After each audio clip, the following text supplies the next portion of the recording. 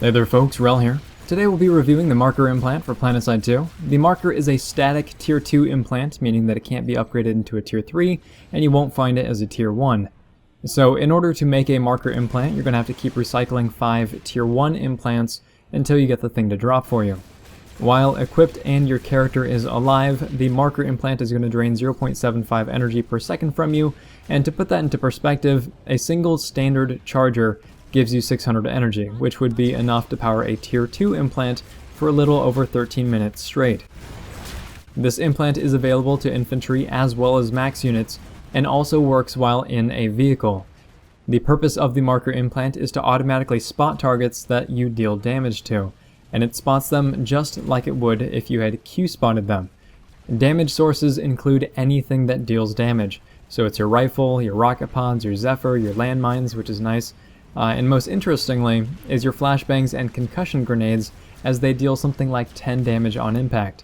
EMP grenades will also deal a little bit of damage to the enemy if their shields were already reduced to 0 to begin with.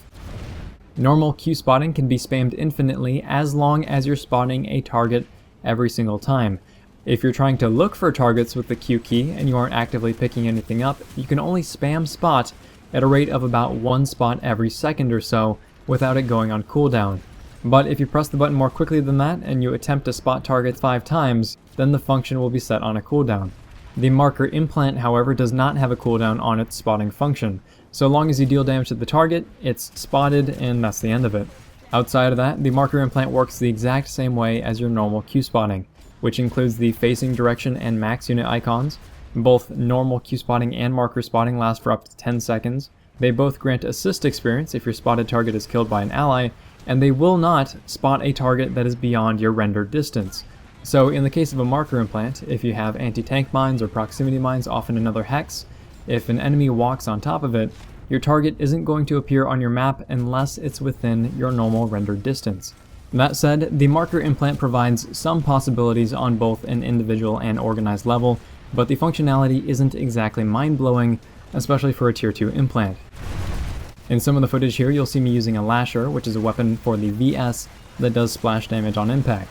So if you're firing into a doorway, it's pretty easy to figure out when you've hit someone because you get a hit marker.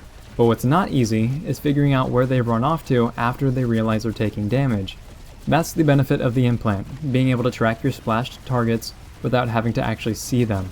However, in a situation like this, where you'd be using the Lasher in the first place, it's mostly in a support role anyway, meaning the targets that you're spotting are already being spotted by other players as well, and that's the biggest downfall of the implant, being that it's a redundant function. It doesn't offer anything overly impressive for the cost unless you're in a smaller fight.